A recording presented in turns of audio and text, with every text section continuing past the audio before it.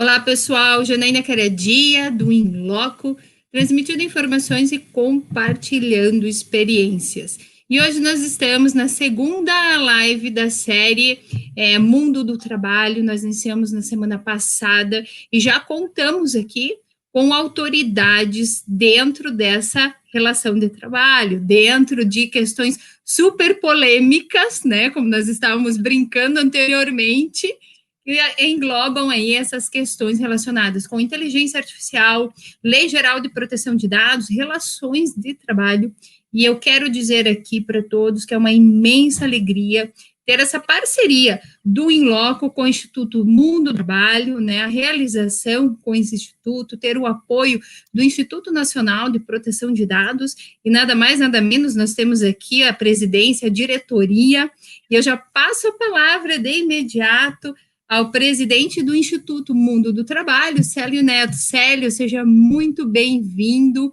E te passando a palavra, também já faço, às vezes, ao Eduardo Magrani, que está aqui conosco, ao Rafael Moselli, e eu deixo para o Célio, né, apresentar e fazer as honras da casa para todas essas autoridades que nós temos hoje. Célio, a palavra é tua. Janaína, boa tarde a todas e todos.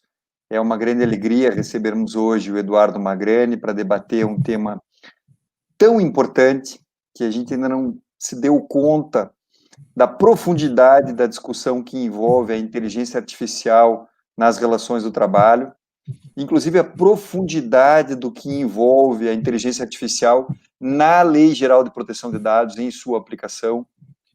Então, eu, como estou presidente do Instituto Mundo do Trabalho, já desde a fundação, há 5 anos, nós sempre tivemos uma preocupação em trazer temas palpitantes, temas que nos levem a pensar, que nos levem a buscar conformações das relações em uma sociedade em transformação. Tenho a imensa honra, uma enorme expectativa. Eu falei para o Magrani, eu estou com o caderno aqui, eu vou ficar anotando as coisas, porque, inclusive, hoje eu escrevi um artigo, encaminhei para o Conjur, tratando desse tema. E a expectativa é grande, Magrani, porque, antes de eu passar para o Rafael te apresentar, por exemplo, só para a gente começar a jogar um pouquinho os contornos desse tema, nós temos aqui o tratamento automatizado de dados na Lei Geral de Proteção de Dados. Ele não está sujeito, ele está sujeito a uma revisão, e o controlador, leia-se, em regra, o empregador, ele deve dizer como ele chegou naquele resultado. Então, muitas vezes esse resultado, quando o resultado é fruto da inteligência artificial, ou seja, por um algoritmo, sequer ele, empregador, consegue dizer exatamente como ele chegou naquilo. Nem o programador mais consegue recuperar aquele cenário. Esse é um primeiro ponto muito interessante. E depois, a ausência de revisão humana, tal como previsto, até mesmo nos considerandos do Working Party, se não me engano, 29, no considerando 43, na Comunidade Econômica Europeia, quando fez a apreciação do Regulamento Geral de Proteção de Dados. Então, nesse sentido, Magrani, eu quero te dar as boas-vindas, agradecer imensamente você falar conosco aí a partir da Alemanha, e eu só não vou te apresentar, porque tem um cara mais importante que vai te apresentar, que é o Rafael Moselli, que é o meu sócio, que é diretor do Instituto Nacional de Proteção de Dados e que fez esse convite a você, que nos deu a honra de você aqui hoje, direto da Alemanha, como presidente do Instituto Nacional de Proteção de Dados, poder conversar conosco sobre inteligência artificial e LGPD. Rafael Moselli, diretor do Instituto Nacional de Proteção de Dados e coordenador do Conselho de Proteção de Dados do IMT, a palavra é sua, por gentileza.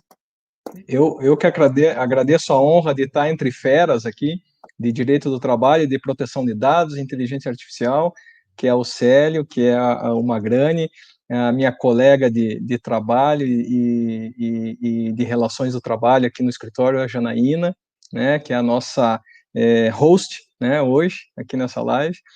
E coube a mim, Magrande, te apresentar, mas o teu currículo é enorme, cara. Eu ia ficar aqui a live inteira só falando do teu currículo. Então, de uma forma bastante resumida, o Magrande é doutor e mestre pela PUC do Rio em Direito Constitucional, né? É autor de diversos artigos e de uma trilogia que é Democracia Conectada, Internet das Coisas e Entre Dados e Robôs, né? Todos os livros atuais, muito importantes para esse ecossistema de inteligência artificial e proteção de dados, né? Ele está como presidente do Instituto Nacional de Proteção de Dados, no qual eu sou diretor das relações de trabalho, né? E o que muito me honra, né? E affiliate de Harvard, é isso? Então, é isso aí. Os temas hoje vão desde visão de inteligência artificial, suas aplicações no mundo do trabalho, a influência da LGPD e da GDPR, aspectos éticos da inteligência artificial e como os países estão se posicionando sobre o tema, né? E durante a live, se forem surgindo perguntas, a Janaína vai estar a postos lá para nos trazer esses questionamentos. Durante a fala do Magrande, nós vamos tentar interagir aí, tentar trazer alguns temas e levantar polêmicas sobre o que o Magrande vai nos trazer sobre o assunto, né? Então, Magrande, a palavra é toda sua, estamos ansiosos para ouvi-lo aí. Gente, brigadíssimo, Célio, Janaína, Rafa, um prazer estar com vocês aqui hoje, ter recebido esse convite para tratar de um tema tão importante, né? A gente vai falar bastante sobre AI, sobre proteção de dados, e eu tenho a alegria de ter o Rafael ao meu lado lá no INPD, também no Instituto. A gente depois pode falar um pouquinho mais sobre o INPD, que é uma entidade de fins lucrativos, né, para promover o debate de proteção de dados no Brasil. Então, a gente já trabalha back-to-back lá no INPD, então estar aqui nesse outro fórum de discussão com vocês é uma alegria. Para mim, o Célio levantou perguntas ótimas, eu vou ter muito prazer em conversar sobre essas questões. Talvez seja válido a gente fazer um primeiro enquadramento dessa discussão, porque não é raro a gente começar a falar sobre inteligência artificial como se fosse uma coisa take for granted, né? Como se todo mundo soubesse automaticamente do que a gente está falando, e a realidade é muito diferente dessa, né? Para atender a expectativa, né, de temas muito polêmicos, é importante que a gente tenha ideia que inteligência artificial em si pode ser um termo vazio, né? Não significa nada por si só. Assim como o termo internet das coisas, por si só, não significa nada. Computação em nuvem, cloud computing, não significa nada. Então, vamos começar a enquadrar esse debate entendendo do que a gente está falando, né? Então, por exemplo, quando a gente fala de computação em nuvem, isso foi uma expressão mercadológica que significa que você está pegando o computador de alguém emprestado para colocar os arquivos lá, né? Na prática, é exatamente isso, computação em nuvem. A internet das coisas, ela é um guarda-chuva que depende de um somatório de fatores, como tratamento de Big Data, que é um volume massivo de dados sendo tratado, armazenado, transferido, conectividade cada vez mais rápida. Então, o Brasil está hoje discutindo 5G e tem uma verdadeira briga geopolítica, né, internacional gigantesca em torno disso, porque é o 5G que vai atender a tecnologia de internet das coisas, inteligência artificial, algoritmos, né, não algaritmos. Então, como minha querida Ana Maria Braga falou, né, mas algoritmos. Quando vocês virem, eu dou entalada aqui no café da manhã, mas eu não corrijo, porque eu fui muito bem brifado pela minha avó, que eu jamais poderia corrigir a Ana Maria, mas foi tudo certo no café da manhã. Então, os algoritmos, eles não se confundem com inteligência artificial. Algoritmos, que a gente fala o tempo todo, de forma massificada, são passos automatizados para a execução de uma determinada tarefa em linguagem computacional. E para a execução desse desafio, a gente não precisa ter necessariamente uma inteligência artificial acoplada a um algoritmo. Mas é verdade que o caderninho do Célio já está ali, ó, já está nos rabiscos. Mas é verdade que a gente está indo cada vez mais nessa direção. Vai ter prova depois. A esses passos lógicos automatizados que a gente chama de algoritmos, né? É importante saber como existe uma zona de interseção muito forte nesses vários temas que a gente vai tratar aqui. E qual que é a conexão com proteção de dados, que é o nosso tema principal aqui hoje, e relações de trabalho? Inteligência artificial em si não é um tema novo, né? A expressão foi criada na década de 50. O Isaac Asimov já estava escrevendo contos como Eu, Robô na década de 40. O termo robô derivou dos robôs universais de Rossum, na República Tcheca, na década de 20. Então, a ideia de inteligência artificial é muito antiga, a expressão década de 50, porém, ela ficou estagnada durante décadas, por um motivo muito simples. A humanidade não vivia a era da informação que a gente vive hoje.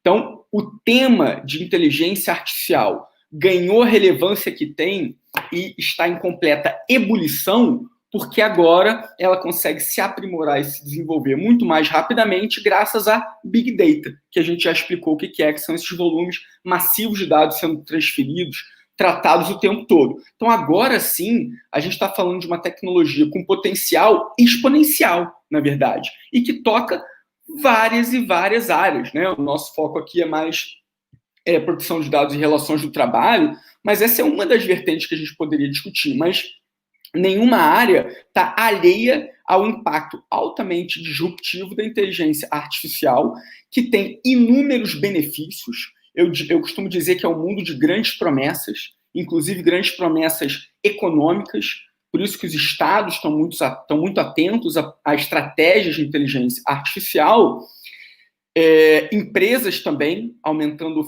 eficiência, otimização de processos, e, por que não, os próprios consumidores, usuários, porque por mais que inteligência artificial pareça um termo muito técnico e eventualmente até distante da gente, ele está no nosso cotidiano de forma pervasiva, ubíqua, invisível. A gente não nota, mas a gente já é ciborgue hoje. A gente lida de forma totalmente híbrida, ciborgue com inteligência artificial, nas nossas coisas mais cotidianas. Quando a gente abre o nosso Netflix, a minha realidade online não é a mesma realidade que a Janaína vê, que o Rafael, que o Célio. Quando eu abro o meu Netflix, eu tenho capas que inteligências artificiais geraram só para o Eduardo Magrani.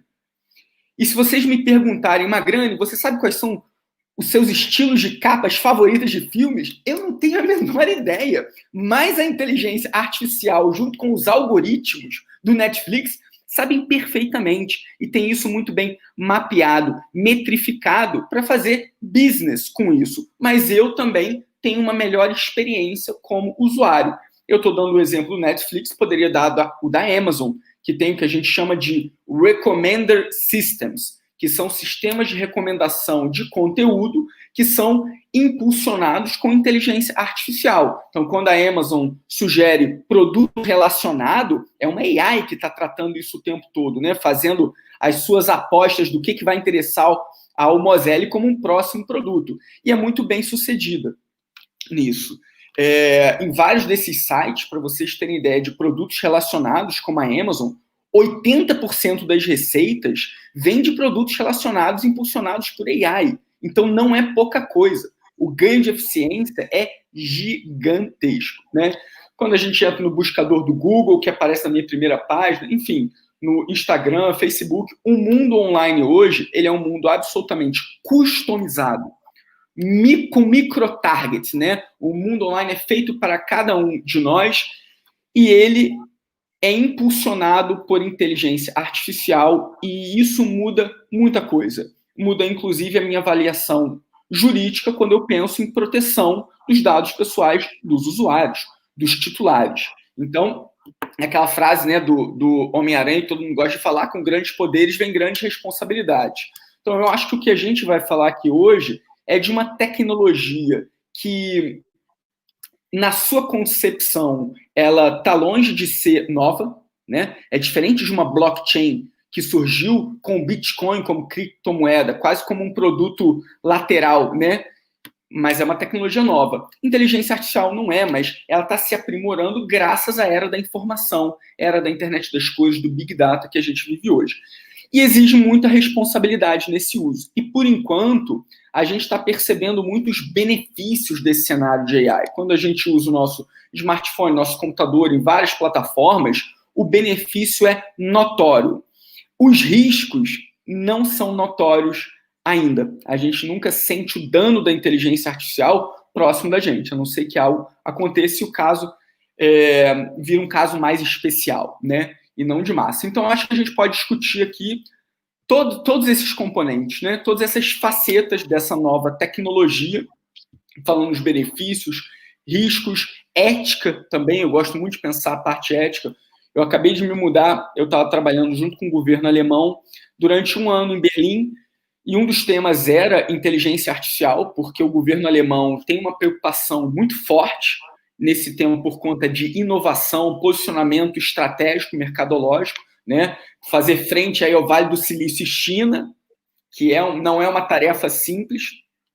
E recentemente eu acabei de assumir uma posição que eu ainda nem divulguei nas redes, como pós-doutor da Universidade Tecnológica de Munique, que é a universidade número 1 da Alemanha, e aí os principais projetos de ponta de inteligência artificial vêm dessa universidade. Então, eu fico muito feliz porque é um estudo aplicado, em que eu analiso AI com produção de dados, justamente, com ética e tal. Então, a gente pode falar de todos esses assuntos, é uma alegria para mim estar aqui com vocês, então vamos destravar esse debate aqui.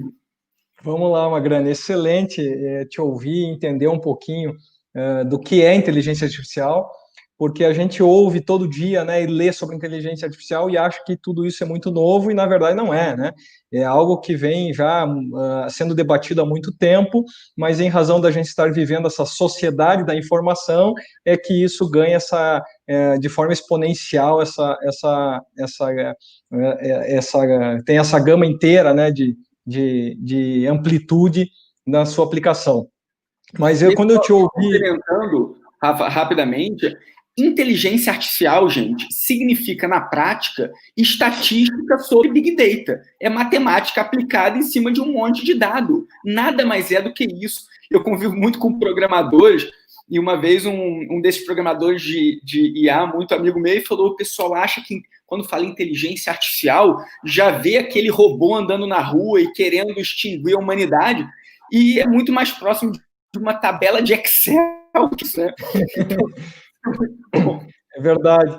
E aí, tentando trazer um pouquinho para o mundo do trabalho, das aplicações, quando eu te ouvi falando da questão do perfil, né? Então, com base em estatística e Big Data, essa matemática gera um perfil nosso na internet, né? Ou um perfil de consumo, um perfil de comportamento e tudo mais. E isso, na mão do empregador, né? Torna-se uma ferramenta, né, que começa lá na seleção, né? Então a inteligência artificial ela pode ser aplicada desde a divulgação da vaga, né? Qual é a melhor vaga, qual é o melhor perfil, já traçando matematicamente, né, para a seleção daquele futuro empregado, daquele candidato à vaga. Então aí já começa o debate, como é que você enxerga essa questão da aplicação da inteligência artificial dentro do mundo do trabalho, começando já pela seleção desses dos empregados, né? Eu vi alguns artigos, alguns temas falando que nos Estados Unidos já se utiliza inteligência artificial já há 10 anos para a seleção de candidatos à vaga, né? Então, nós já temos aí, desde 2008, né, 2009, a utilização de alguns softwares, né, mais ligados à estatística para que haja essa seleção. Então, gostaria que você colocasse para nós um pouquinho desse tema aqui. É um ótimo ponto de partida. Apesar de não ser uma concepção nova, a evolução da inteligência artificial, ela se dá de forma muito rápida, né? Segundo a lei de Moore, por exemplo, a inteligência computacional, ela pode dobrar a cada 18 meses. Isso estava em xeque, algo como defasado, a lei de Moore, mas agora com a computação quântica voltou a acelerar. Então, você imagina, né? A cada 18 meses a gente dobrar uma capacidade computacional não é qualquer coisa. Então, apesar de ser uma concepção antiga, ela está avançando a passos largos. É uma tecnologia com grande potencial e no mundo do trabalho a gente busca eficiência, otimização. E você deu esse ponto de partida logo na fase de recrutamento, e esse é um ponto sem retorno, porque imagina, uma grande empresa, ela abre um processo seletivo, aparecem 10 mil candidatos.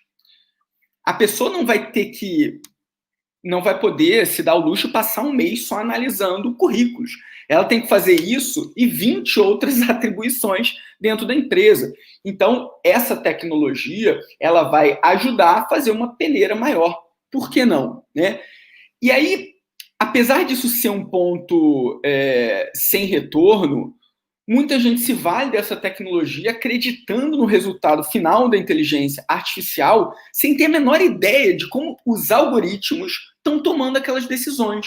Como, de fato, aquelas pessoas estão sendo filtradas, porque não se dá o trabalho de ver cada input ali daquele algoritmo e, eventualmente, nem é da área técnica, né? É do RH, é do setor jurídico. Então, a pessoa simplesmente tem uma fé nos algoritmos. Isso não é uma concepção minha. O Yuval Noah Harari, que é o autor de Sapiens, Homo Deus, tem um capítulo no Homo Deus que é o dataísmo, em que ele diz que a humanidade acaba de criar uma fé nova, uma religião nova, que é a religião dos dados, em que se uma AI me deu um relatório dizendo que esses são os 10, 20 melhores candidatos, eu vou simplesmente acreditar nisso, né? Como vou introjetar esse dogma, ela sabe tudo, trata Big Data com muito mais eficiência do que um ser humano, e eu vou tocar o barco. Essa é a ótica da otimização de processo, mas na prática pode ter muito problema aí, né? A gente não sabe se homens estão sendo privilegiados em detrimento de mulheres, a gente não sabe se pessoas estão sendo privilegiadas em razão do bairro onde moram. Eventualmente pode ter um elitismo algorítmico aí na sua discriminação. A gente não sabe se pessoas podem estar sendo discriminadas em razão da cor da sua pele.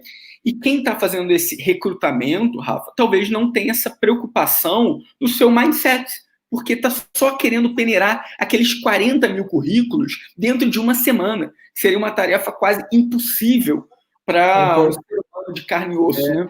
É importante que o algoritmo ele não é discriminatório, ele pode ser construído com viés discriminatório, né? Outra questão importante aqui, e você me corrija se eu estiver errado, essa estatística no Big Data, ela é um recorte do passado. Então, eu tenho um histórico do que vinha acontecendo naquela companhia, por exemplo, se foi feito com base naqueles dados, e com base naquele histórico é que eu determino quem seria o melhor candidato para a empresa, com base naquilo que vem acontecendo, né, ou que aconteceu nos últimos anos. Então, há uma repetição, né? A gente treina o algoritmo para que haja uma repetição daquilo que vem acontecendo, ou daquilo que se supõe que seja correto. Mas não se cria um algoritmo discriminatório. Ele é criado com um viés discriminatório a partir de um recorte da história, né? Então, essa questão que podem surgir, então, problemas, né, no algoritmo quando a relação é feita, em detrimento, talvez, de uma companhia que, historicamente, tem CEOs homens, em detrimento das mulheres, ou desenvolvedores, né? Há uma função de desenvolvedor que praticamente só tem homens, né? Que desenvolvem determinados tipos de software. Então, há um recorte ali que o homem seria melhor que a mulher, de forma automática, desprezando já esses currículos de mulheres, né? E nesse aspecto, fazendo uma correlação com a LGPD, eu queria trazer um outro assunto. Se a gente, no recrutamento e seleção dos candidatos, se seria uma solução a minimização dos dados nesse currículo, né? Utilizando o princípio da minimização de dados que a LGPD traz, utilizando o princípio da finalidade, adequação e necessidade, se essa minimização poderia nos ajudar aqui a tirar esse viés discriminatório dos algoritmos que são feitos para a seleção de candidatos. Sem dúvida nenhuma, super certo. A minimização ela é um imperativo, né? A gente tem que buscar isso necessariamente, mas eu queria só dar um passo atrás para falar na questão da discriminação que você falou, e eu queria só entrar um pouquinho mais nela, para dizer o seguinte, de fato, a gente pode ter discriminação que vem direto do programador, do algoritmo, por exemplo, quando ele cria o dataset que vai treinar aquele algoritmo, o dataset pode estar com uma discriminação na gênese dele, né? Se eu só subir informação enviesada, o algoritmo vai trabalhar com uma realidade já enviesada. Então, o output dele pode espelhar essa discriminação do programador ou dos programadores. Ou, como você falou, uma empresa pode ter 80% dos funcionários homens e dar esse retrato da realidade como se fosse um bom cenário, né? Um best scenario. E o algoritmo vai acreditar naquilo e vai reproduzir esse preconceito ou esse machismo. Tá certo. Eu só queria fazer um disclaimer aqui, para dizer o seguinte. Tem muita gente que diz que a tecnologia ela é sempre neutra. E eu discordo disso. Então, apesar do que você falou tá correto, eu queria entrar um pouquinho nesse ponto porque eu tenho uma visão diferente dessa. Eu não acho que a tecnologia... Vamos lá, Magrani, você é o expert aqui. Não, porque isso não está no que você falou, né? O que você falou está certo, eu só queria aprofundar um pouquinho para falar num aspecto. Eu não acho que as tecnologias sejam neutras, porque elas foram pensadas para usos determinados. Então, se eu concebi aquela tecnologia para um uso determinado, eu estou dando um input, inclusive ético, moral meu, e podem ser outros inputs, podem ser inputs discriminatórios, etc, etc. Vamos pensar numa rede social. O formato de funcionamento do nosso Instagram. Se a gente falar que o Instagram como plataforma é neutro e qualquer um faz o bom ou o mau uso, não é verdade.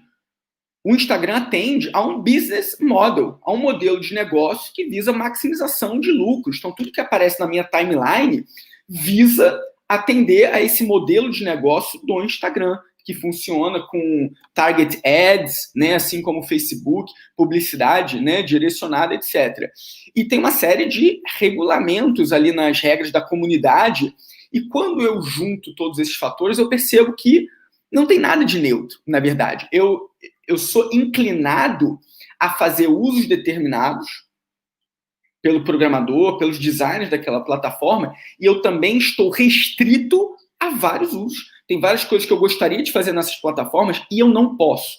Então, a tecnologia ela não é neutra. Mesma coisa, se a gente pensar numa AI para uma máquina letal autônoma, essa tecnologia foi pensada para a finalidade de matar. Ela não tem uma neutralidade, tem um uso determinado. Tá? Então, isso.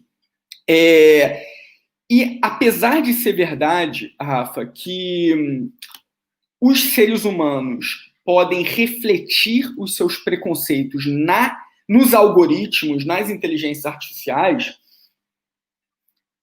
esse pensamento ele funciona muito para AI fraca, que a gente chama de weak AI ou narrow AI, uma AI muito pré-programada. Até aí, perfeito. A gente pode até culpar direto o design da AI, a discriminação direto dele. Porém, no mundo de progressão geométrica exponencial da inteligência computacional, a gente está lidando com algoritmos cada vez mais complexos. Hoje, os criadores, eles criam um algoritmo inicial que pode criar outros, que criam novas linhas de código, se autoprogramam, aprendem às vezes até sozinhos com uma mesma realidade, né? Não sei se vocês viram aquele caso do algoritmo do Go, que venceu o jogador humano do jogo asiático, muito depois do Kasparov perdendo xadrez, e o Go Zero, o AlphaGo Zero, aprendeu a jogar o jogo sozinho, não precisou jogar com ninguém, né?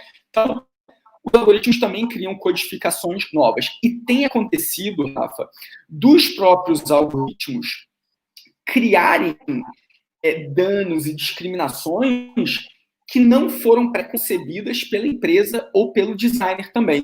E eu tomei conhecimento de um caso anterior super interessante sobre isso. Então, tem as duas coisas. Eu só queria trazer a outra face dessa moeda, porque quando a gente lida com algoritmos de machine learning, de deep learning, redes neurais, random forest, a coisa sai do controle dos programadores. E o Célio falou isso, Célio. Começa a tocar um pouco aquele ponto que você levantou lá atrás, né?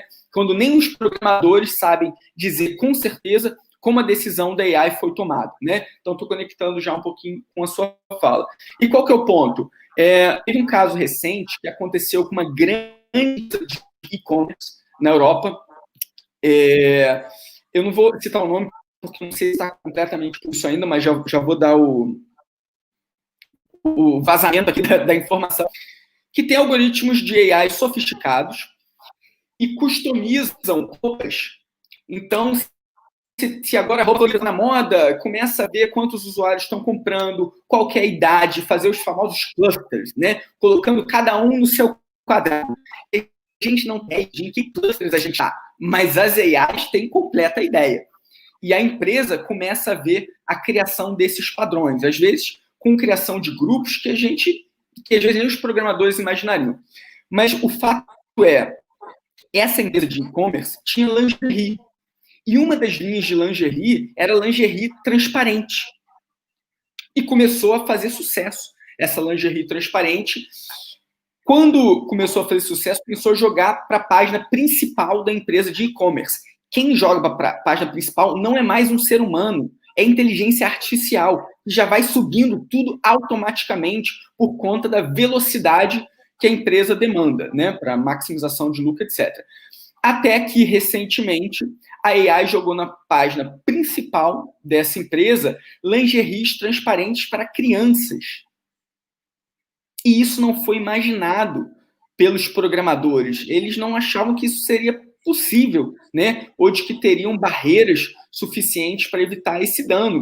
Não conseguiram antever, nem conceber esse dano. E isso acontece porque a velocidade da AI é tão grande que, às vezes, quando os programadores colocam o olho sobre a situação, o leite já está derramado, a situação já gerou dano. Então, como é uma tecnologia com potencial tanto positivo quanto negativo muito grande, a gente tem que tomar cuidados adicionais. E em proteção de dados é a mesma coisa. Quando tem tratamento de dados que se acopla com AI, a gente tem que ter um olhar muito mais atento, porque o potencial de dano aumenta quando a gente está usando tecnologia de AI. Magrani, depois de eu já ter feito 4 páginas de anotação aqui, eu só aprendo assim, eu fico anotando. Magrani, eu queria fazer uma pergunta para você. Na verdade, eu vou falar algo para te pedir para deixar a bola quicando, para você fazer a correlação, porque a gente está vendo cada vez mais essa transversalidade, esse diálogo entre IA e Lei Geral de Proteção de Dados. E eu vejo os próprios princípios, se eu pegar as guidelines da OCDE, tratando de uma inteligência artificial ética, que ela estabelece ali que uma inteligência artificial ética e confiável, ela deve ser transparente, ter supervisão humana, algoritmos seguros e confiáveis, sujeitos a regras de privacidade e proteção de dados. E aí, é muito interessante que eu vou recortar alguns principais requisitos. Então lá, intervenção e supervisão humana. Não diminuir ou desorientar a autonomia humana. Robustez e segurança. Ela trata dos algoritmos seguros e ela fala lidar com os erros e inconsistências em todas as fases do ciclo de vida dos sistemas de IA. O que eu já leio como todas as fases do ciclo de vida também da informação, quer dizer, do sistema e da informação que vai fluindo no fluxo da informação, né, no mapeamento da informação. Aí ela traz a privacidade e governança de dados, trazendo a autodeterminação informacional, aqui dizendo que os cidadãos devem ter o controle total sobre os seus dados. Nesse sentido, por exemplo, depois você pode até comentar com a gente aquela discussão interessantíssima em Portugal, quando houve a Lei 58 de 2019, refletindo a Lei Geral de Proteção de Dados, vinha no sentido de dizer que não havia, o trabalhador não poderia dar o seu consentimento livremente, e aí veio a Comissão Nacional de Proteção de Dados em uma desaplicação, como eles chamam em Portugal, dizendo que isso retirava a autodeterminação informacional, que era um direito fundamental daquele que detém o dado. Bom, mas sem querer, mas só fazendo aqui uma mistura, aí vem aqui a transparência, que trata da rastreabilidade dos sistemas de IA sendo assegurado durante todo o processo. Aí vem outros princípios, como diversidade, não discriminação e equidade, bem-estar social e ambiental, e mais um princípio da LGPD, a prestação de contas. Então, colocando isso num liquidificador de maneira bem simples, quer dizer, eu queria que você comentasse o quanto esses princípios, até mesmo os princípios de uma inteligência artificial ética, eles são iguais, similares, quando não conversam, dialogam o tempo inteiro com a Lei Geral de Proteção de Dados. Perfeito. Excelente análise. Tem muita semelhança, né, entre os princípios éticos da AI e os princípios que a gente tem nas leis gerais de proteção de dados. A gente tem hoje mais de 350 guidelines éticos para inteligência artificial. Então, a gente não precisa de mais. A gente já tem guidelines suficientes. A gente tem os princípios de Asilomar, a gente tem, você até mencionou, o Trustworthy AI da União Europeia, Ethics for Trustworthy AI, tem os guidelines da IEEE, que eu gosto muito também, que é o Ethically Aligned Design, tem os guidelines de Harvard, de Montreal, vários países têm, na Alemanha também. A gente não precisa de mais guidelines éticos. Eu fiz um estudo analisando a maioria desses, os principais, tem até um estudo de Harvard que faz essa análise que eu acho muito legal e eu me baseei nele também. Se a gente recortar, pegar uma horizontal deles, a gente vai ver que tem princípios muito parecidos, e você citou vários, né? Transparência, fairness, accountability, privacy and data protection, non-discrimination.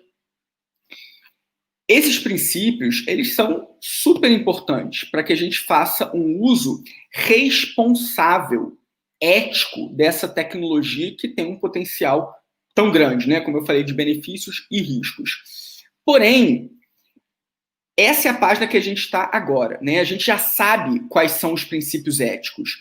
A página 2 dessa discussão, onde a gente está hoje, é como implementar isso na prática. E aí a inteligência artificial gera um desafio enorme, porque quando a gente pensa em proteção de dados pessoais, eu consigo encaixar muito mais facilmente os princípios da transparência, do accountability, non-discrimination, etc., né? Que são muito próximos mesmo. Mas com inteligência artificial, isso não é tão fácil assim, sério. Vamos pensar naquela discussão que a gente estava tendo, de que quando um programador cria um algoritmo super avançado, com deep learning, redes neurais, nem ele consegue colocar a mão no fogo para dizer exatamente como aquela inteligência artificial tomou uma determinada decisão. Então, como é que a gente vai ter explainable AIs explicáveis, transparentes, que resolvam um problema que a gente chama de opacidade dos algoritmos, que é o problema das caixas pretas, né? A gente é governado por esses algoritmos e a gente não tem a menor ideia de como eles funcionam, porque eles têm o problema da opacidade das caixas pretas. Então, como é que a gente vai garantir explainable AIs transparentes, se o funcionamento de muitas delas não permite essa transparência? Como é que a gente vai garantir esse direito de explicação se a gente tem uma dificuldade intrínseca de entender a tomada de decisão?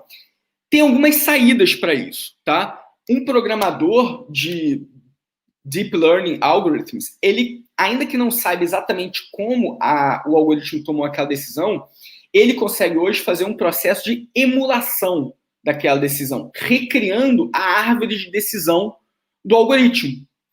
Então, se alguém pede uma revisão de decisão automatizada na Europa, ele não tem certeza de como o robô, né, o algoritmo tomou, mas ele vai tentar refazer uma árvore de decisão análoga, similar, e vai daí tentar pegar algum preconceito, alguma discriminação, e vai dar esse feedback para as pessoas. Uma pessoa natural. Isso aqui na Europa, porque o GDPR demanda que seja uma pessoa natural. Mas não resolveu necessariamente, né, esse problema 100% da opacidade.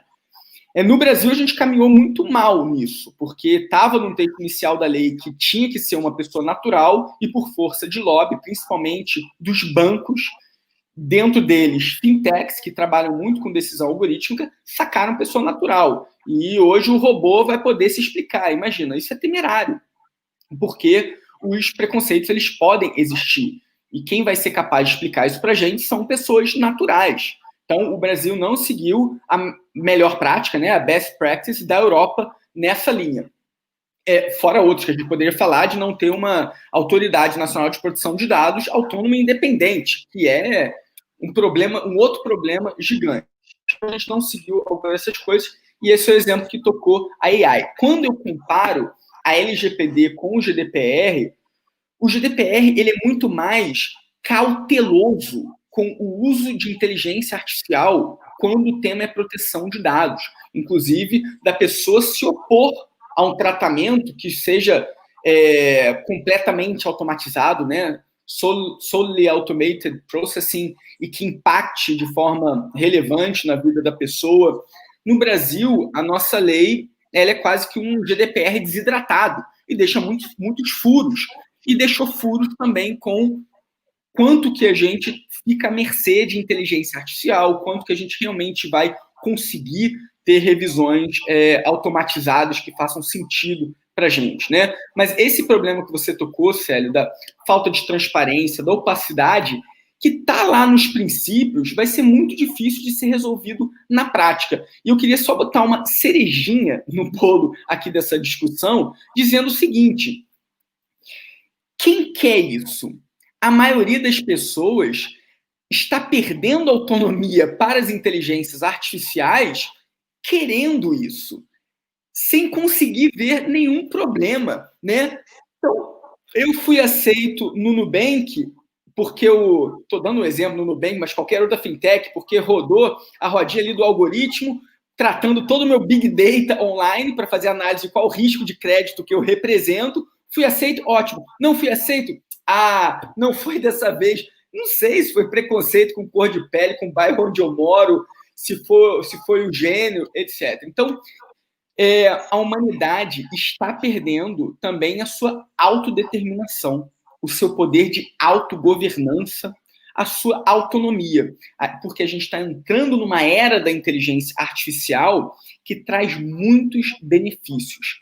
E essa é uma preocupação minha muito grande, porque não adianta o Célio e o Eduardo Magrani levantarem a bandeira dizendo, gente, peraí, mas a gente não tem que ter AIs completamente explicáveis e por pessoa natural. Esse debate ele tem que chegar na esfera pública. Se as pessoas não tiverem o awareness, a consciência crítica sobre isso, o mercado passa o carro em cima. E a regulação não vai no sentido protetivo de direitos humanos, né? Vai no sentido mercadológico, utilitário.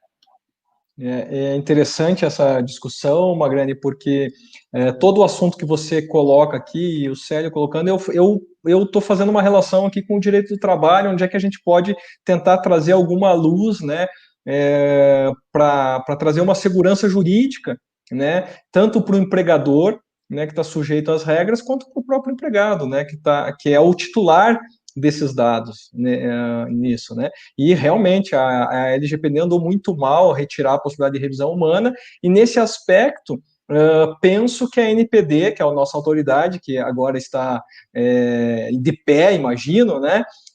Vai ter um papel relevante aqui com relação a disciplinar, né, a possibilidade de termos revisão humana ou não, né? Mas especificamente no direito do trabalho, a gente teve uma reforma trabalhista em novembro de 2017 que trouxe, de certa forma, empoderou, né, os sindicatos, a gente fala assim, na verdade foi uma reforma um pouco dura com os sindicatos por um lado, porque tirou receita, né? Mas acabou por empoderar os sindicatos no sentido de dizer, olha, acordos coletivos e convenções coletivas têm preponderância sobre a lei em determinados assuntos, né? E dentre esses assuntos traz lá o regulamento da empresa, traz lá o teletrabalho, jornada, dentre outros assuntos.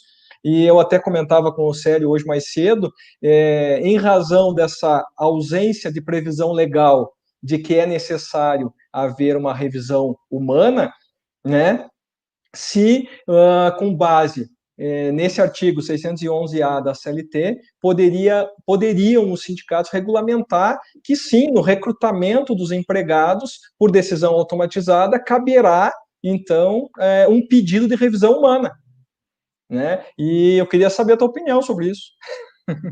Seria fantástico. Eu acho que esse é um dentre vários temas que a NPD vai ter que se debruçar para poder preencher esses buracos, né? Porque a LGPD é um queijo suíço que menciona a Autoridade Nacional de Proteção de Dados várias vezes, que vai ter que dar um guidance mais claro para as pessoas, né? E inteligência artificial é uma dessas coisas. No mundo do trabalho, como a gente estava falando, vai ter um ganho de eficiência natural com o uso cada vez mais acentuado de inteligência artificial.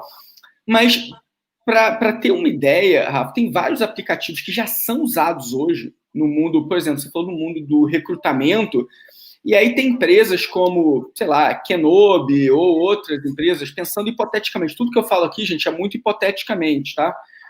Que ajudam na peneira dos currículos, etc. E quando a gente vai olhar, ainda que assim, eu sou sócio do escritório, eu quero realmente usar AI para fazer essa peneira, mas no mínimo eu vou olhar o termo de privacidade dessa empresa que está me fornecendo a tecnologia, para eu saber que dados que essa AI trata, como que a tecnologia funciona, se tem safeguards, né? É uma tecnologia que tem potencial, quais são os safeguards que são utilizados nessa AI.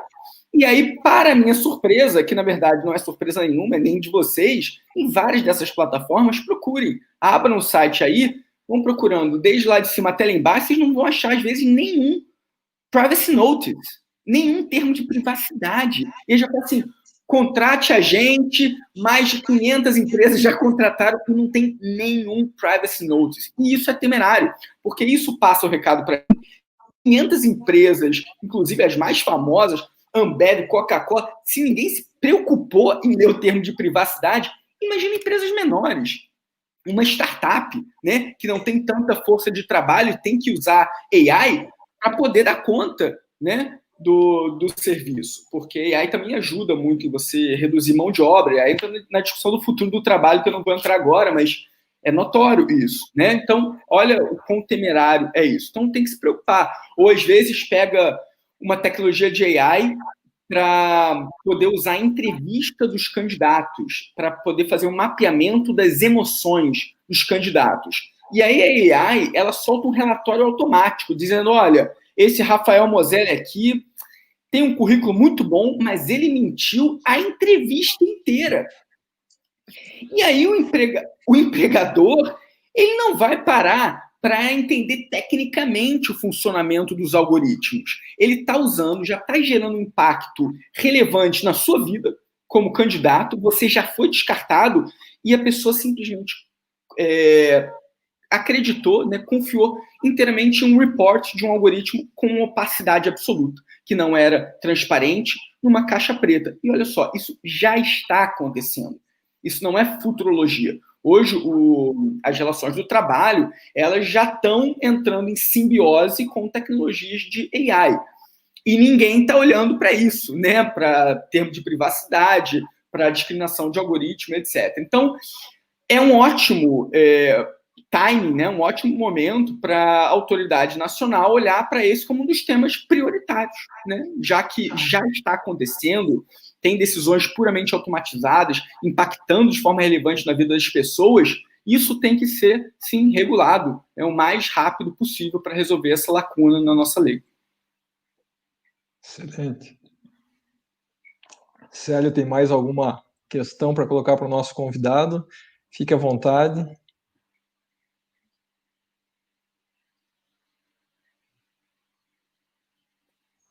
Eu estou aqui nas minhas diversas páginas de anotação. Isso já está em information overload, que é um outro problema da tecnologia. O difícil vai ser filtrar, então, as anotações. Vai ter que contratar uma AI para filtrar isso aí. O Magrani pode me dizer se ele quer fazer algum comentário a respeito ou não. Eu cheguei a mencionar a questão do consentimento em relações de desigualdade, como nós tivemos uma discussão acirrada em Portugal.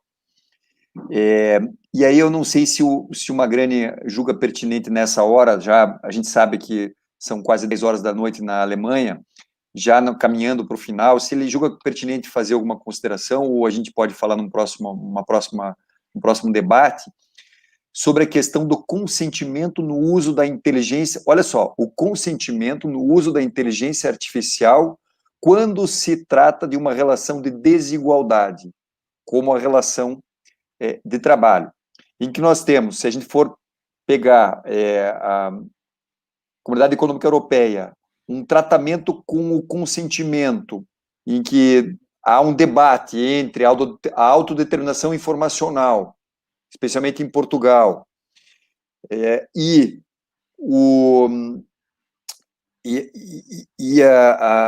a impossibilidade de se consentir de maneira livre, inequívoca, tal como prevê tanto o Regulamento Geral de Proteção de Dados quanto a LGPD.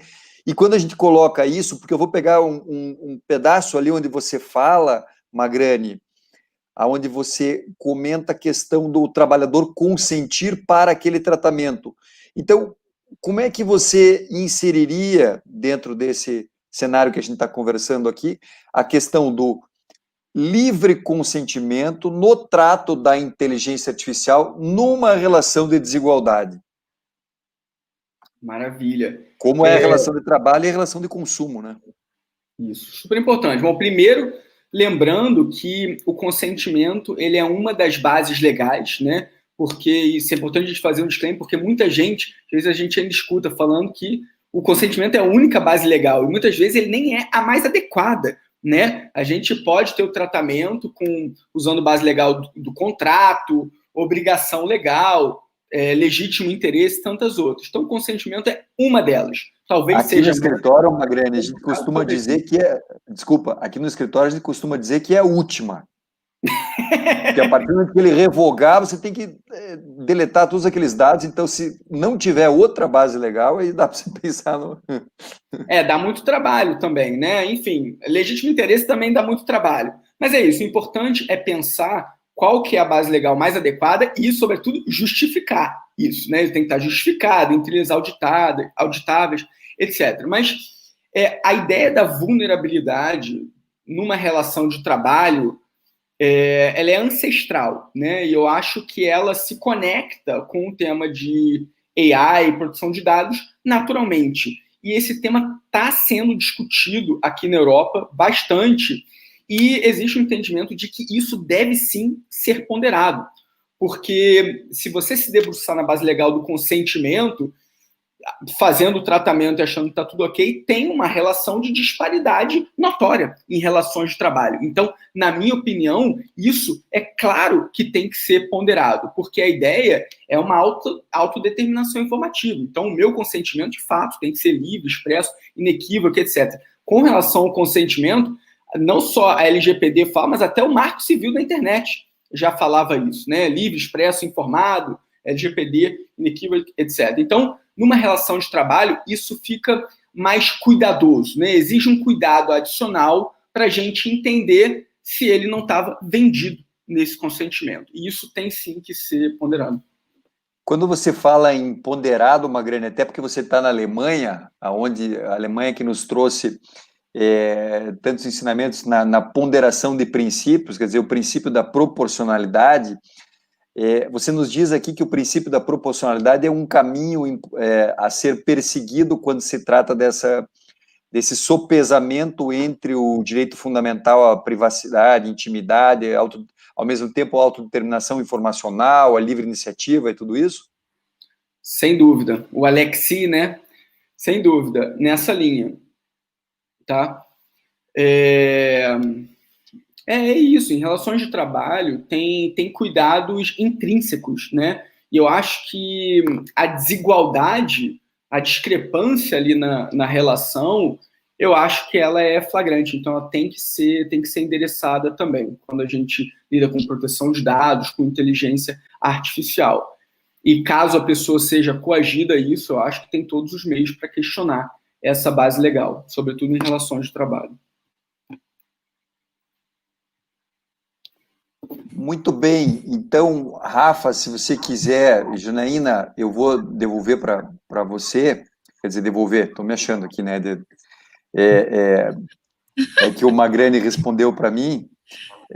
Eu acho que a gente teve uma belíssima aula aqui. Então, se vocês quiserem pedir para ele fazer alguma consideração final, alguma coisa assim, eu já anotei várias coisas aqui no meu caderninho, e fica a dica para as empresas da gente pensar quando se trata de inteligência artificial, para que a gente possa pensar em mecanismos de mitigação desses riscos, seja de discriminação, seja de geração de passivo posterior, seja no campo das relações do trabalho, seja perante a Autoridade Nacional de Proteção de Dados. Especialmente, Célio, quando você fala, fica a dica aqui, é justamente como o Magrani falou, a gente já está vivendo a inteligência artificial e não está se dando conta, porque quando a gente contrata num site a possibilidade de fazer filtro de currículos por algoritmo, né, pré-programados, já é aí uma espécie de estatística, né, em cima daquele big data, né, e já é a nossa inteligência artificial aí funcionando. Então, a gente já tem isso ao nosso alcance, onde já há a necessidade dessa regulamentação, desses cuidados todos, né. E eu queria só fazer uma última reflexão aqui, porque, Célio, você tocou num ponto muito bom, que é o da mitigação de riscos. Eu falei nos safeguards, né, que são importantes, mas como a AI tem um potencial de gerar um dano eventualmente maior, é fundamental que seja feito um data protection, ou um data privacy assessment, um DPIA, quando você usa essas tecnologias. E muitos estão usando e não estão fazendo esses relatórios, né? Não estão se preparando para fazer mitigação de riscos. Isso é absolutamente essencial, né? Porque a LGPD, ela é uma lei de gestão de risco. Então, se você está acoplando no seu cenário, que pode ser relações de trabalho, como a gente está falando aqui hoje, uma AI, você tem que ter cuidados adicionais. Então, um DPIA é importante de ser feito, e muitos não estão fazendo, simplesmente encampam essa tecnologia e sem essa preocupação adicional, né? Então, a nova dica seria, pelo que eu estou entendendo, se você me permite, quando se trata de decisões automatizadas, porque o relatório de impacto na LGPD ele não é obrigatório, mas você diria que sempre que se trata de decisões automatizadas, deve-se fazer o relatório de impacto, porque o potencial de discriminação é muito maior. Ele é fundamental sempre que você tem um potencial de risco maior. Então, como uma AI traz um potencial de risco mais acentuado, ou pode trazer, isso é o seu relatório que vai dizer, né? Na verdade, você tem que fazer esse pente fino, né? Para entender. Então, esse é um ponto. E o outro ponto é que o Rafa tocou, a Autoridade Nacional de Proteção de Dados, ela deve se debruçar sobre esse tema, deve se debruçar sobre inteligência artificial e relações de trabalho, né? Se puder unir os dois para fazer um guidance mais concreto, não ficar só no abstracionismo esotérico, principiológico, melhor ainda, porque é isso que todo mundo espera, né, de uma autoridade de dados. Porém, eu vou conectar com isso da minha fala, para dizer que inteligência artificial sozinha não significa muita coisa para mim, e nem para os técnicos. Então, não adianta a gente ter projeto de lei para regular inteligência artificial. Não me diz nada. Não adianta a Autoridade Nacional de Proteção de Dados entender muito de proteção de dados e não entender nada de inteligência artificial, de cada funcionamento de algoritmos, para entender que existem diferentes níveis de autonomia das inteligências artificiais. De acordo com o grau de autonomia, a minha avaliação jurídica ela muda. Se for uma AI muito fraquinha, muito pré-determinado, o risco é mais baixo. Se for uma AI com deep learning, que pode ter outputs imprevisíveis, o risco está lá no alto, na minha matriz de risco, né? Então, isso que a autoridade tem que pensar. Mas, para isso, ela tem que entender sobre funcionamento de diferentes inteligências artificiais. E no Brasil, a gente adora soluções mágicas. A gente, quando fala em fake news, a gente tem mais de 27 projetos de lei para regular fake news e todos horrorosos, porque ninguém sabe o que significa fake news. Como é que a gente vai regular um fenômeno que a gente não sabe o que é? E eu temo que isso possa acontecer com inteligência artificial, porque a gente tem hoje projetos de lei sobre inteligência artificial e com uma conceituação muito superficial. Então, talvez a gente tenha guidance ineficazes se a gente chegar a isso, né? Se não entender de fato do funcionamento da tecnologia, pode gerar ineficácia na regulação, nas diretrizes. A gente tem que buscar, com isso tudo, uma real governança dos algoritmos, né? Não é só uma governança dos dados, mas uma governança dos algoritmos visando uma mitigação desses riscos, né? Que traz esse uso da inteligência artificial de forma exponencial. E você trouxe agora, Rafa, a palavra-chave, que é a governança, porque a governança ela é um somatório de estratégias, né? Parte da governança é a gente ter uma boa regulação legislativa sobre esse tema, parte é a gente ter uma boa diretriz vinda da Autoridade Nacional de Proteção de Dados, específica para isso, e uma outra camada também é uma orientação ética dentro da própria empresa também. A gente tem diretrizes do Google, tem diretrizes da Microsoft, da IBM, do uso de AI. Então, todas essas estratégias, elas vão se somar para fazer uma boa governança. Pode usar inteligência artificial, desde que seja um uso responsável. Não adianta ser inteligente e irresponsável, né? A inteligência é o primeiro passo. Se for inteligente e irresponsável, é melhor não ter. Então, acho que essa é a minha reflexão final. Isso aí, excelente, Magrani. A palavra é sua, Jana. Muito bem. Vou dizer para o Magrani que eu não estava com o meu caderno, mas eu anoto tudo no computador. Eu estava aqui ainda e todos os questionamentos que eu fui colocando com relação à legislação sobre inteligência artificial no Brasil, os impactos dela diretamente nas relações de trabalho, frente à Lei Geral de Proteção de Dados, você amplamente já respondeu, né? Então, eu fui ali colocando algumas diretrizes e tenho para dizer para vocês.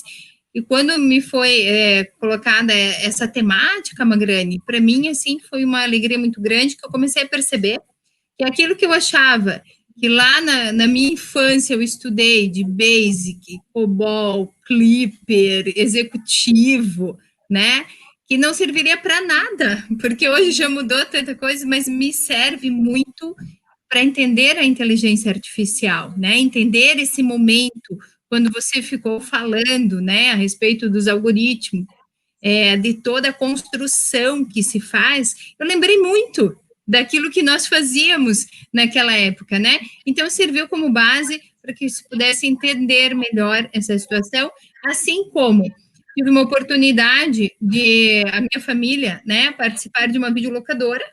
Então, eu lembrei de algumas situações, né, envolvendo desde 1927, né, com Metrópolis, Matrix, Exterminador do Futuro, mas partindo lá para 2001, nós tivemos um filme exatamente nesse sentido, falando de inteligência artificial, como isso se empregava em todas as relações de trabalho, de consumo, mas principalmente dos sentimentos. E esses sentimentos são inerentes ao ser humano, então elas estão conectados em todas as formas de relação. E você bem ressaltou aqui também, que eu indico para que todos procurem também o site do Magrani. Eu estive lá, tem os livros dele, né, que eu já baixei aqui, tem a trilogia, tem tantos outros.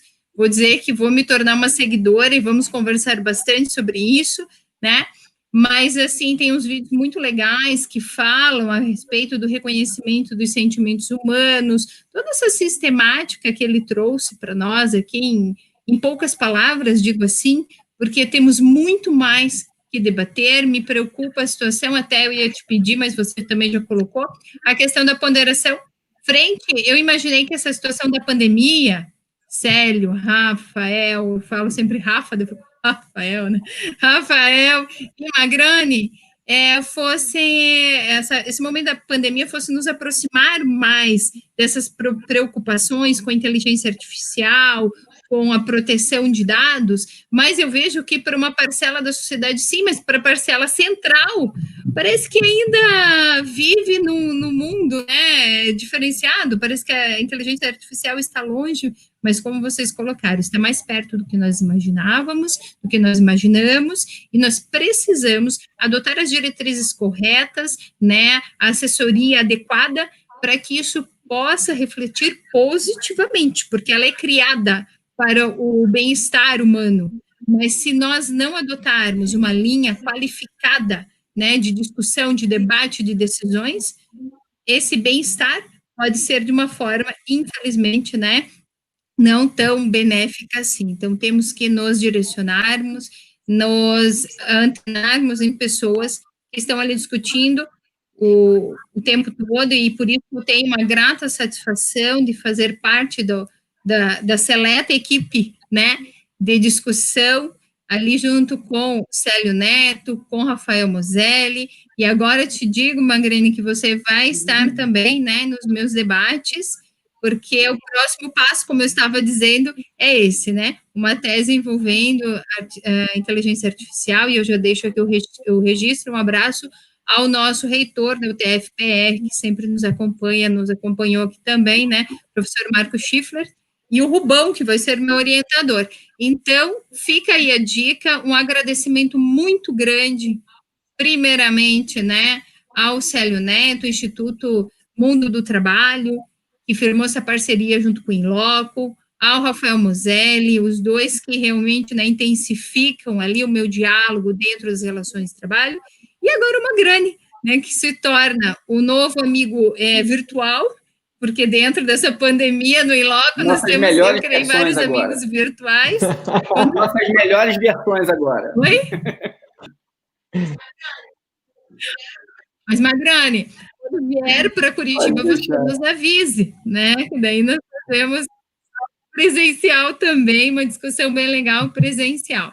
Enquanto isso, na sala de justiça, né, nós seguimos aqui com os debates pertinentes, o Inloco fica de portas abertas também, sempre, para quando você quiser vir conversar conosco, procure o Rafael, procure o Célio, me procure, e nós vamos sempre manter esse diálogo tão agradável, tá bom? Pessoal, ficou me perguntando aqui se vai ficar gravado o vídeo, ficará gravado o vídeo, tanto no YouTube como no Facebook. E aí, se eventualmente, além dessas questões que eu já tinha anotado aqui, surgirem mais algumas, eu encaminho para vocês. Então, muito obrigada, pessoal. Eu sei que poderíamos ficar aqui horas dialogando, mas o Magrane ali já é bem, o adiantar da hora já é bem maior do que o nosso, Janaína, né? eu queria deixar um agradecimento especial ao Magrane, agradecer ao Rafael pelo convite feito ao Magrane e dizer para o Magrane que foi uma aula, foi um aprendizado, foi fantástico. Nós ficamos muito felizes de te receber aqui. A casa está sempre aberta no Instituto Mundo do Trabalho, agora com a Janaína também no Inloco. Então, obrigado, Magrane. Olha, uma salva de palmas para você. Isso aí. Imagina, eu que agradeço. O importante é a gente trocar, né? Que é isso, gente. Eu que agradeço demais estar aqui com vocês, é uma honra. E o papel da sociedade civil, né? Tanto a gente individualmente, quanto através dos institutos. Então, a ideia do INPD também é contribuir para esse debate, né? Ajudar a fornecer esses guidelines, essas diretrizes no momento que a gente precisa tanto no Brasil, né? Para poder fomentar um debate qualificado, né? Bem informado sobre proteção de dados no Brasil. Então, essa é uma das ideias também do INPD. Então, sinta-se à vontade para seguir o INPD nas redes. Tem o famoso Rafael Moselli como um dos diretores também, uma honra dupla aqui para mim. Espero desdobrar esse debate em outras situações com vocês, porque tem muito pano para manga, nem tudo cabe dentro de uma live, né, de uma hora, ainda tem lugar no mundo para ler livros, né, mas tenho certeza que a gente vai desdobrar em outros papos também. Uma alegria de verdade para mim, gente. Obrigado, Magrane, uma satisfação e uma honra, né, e esperamos estar novamente aí numa outra live, trocando experiências, né, e compartilhando informações, é isso, né, Jana? Que é a chamada do Inloco. E, mais uma vez, só tenho a agradecer aí por estar junto com esses feras aí do direito do trabalho, de proteção de dados e inteligência artificial. Obrigado. Maravilha. Uma boa noite para vocês. Olha só, né? Rafael e Célio, hein? Naquelas nossas conversas, nós não imaginávamos os debates assim, né? Tão intensos. Sempre fizemos nossas programações, mas com essa intensidade e sempre trazendo, parece que já é uma longa estrada dentro do In Loco, mas é na segunda live, uma live assim, realmente muito atual, muito dinâmica e profunda nos debates. Então, muito obrigada mais uma vez, Célio, Rafa, Magrani, já se sinta parte aqui do In Loco, né? Deus abençoe a todos, uma ótima noite, até mais.